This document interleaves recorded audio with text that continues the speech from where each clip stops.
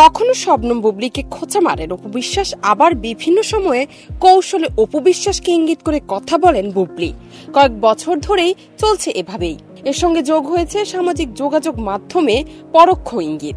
রোববার সন্ধ্যার পর অপু বিশ্বাসের দেওয়া একটি ফেসবুক পোস্ট নতুন করে বিতর্কের জন্ম দিয়েছে।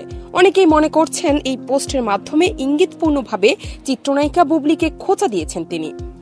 নেটিজেনদের মতে শবনম বুবলি ফেসবুকে একটি রিল ভিডিও পোস্ট করেন। সেখানে দেখা যায় সাকিব বুবলির ছেলে শেহজাদ পেন্সিল দিয়ে খাতায় মা বাবার নাম লিখছে।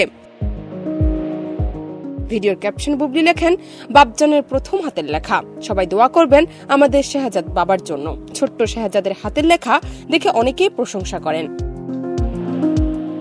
বুবলির এই পোস্টের কয়েক ঘন্টা পর অপু বিশ্বাস ফেসবুকে লেখেন, এক মা তার মৃত্যুর মুখে ঝলে পড়া সন্তানের জন্য হাহাকার করে মরছে, আরেক মায়ের আধিক্যতা উপচে পড়ছে।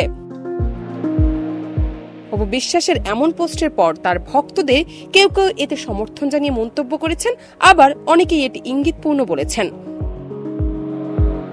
নেটিজেনদের ভাষ্য, অপু বিশ্বাস তার ফেসবুক পোস্টে দুজন মায়ের প্রসঙ্গ তুলেছেন। একজন মাগুরায় ধর্ষণের শিকার শিশু কন্যাটির মা, অন্যজন শেহজাদের মা।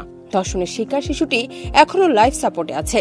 এ নিয়ে প্রতিবাদে সোচ্চার গোটা দেশ। এই পরিস্থিতিতে বুবলি ছেলের ভিডিও পোস্ট করায় অপু বিশ্বাস তা আধিক্যতা বলে উল্লেখ করেছেন। জান্নাত নিপু, দেশ রূপান্তর।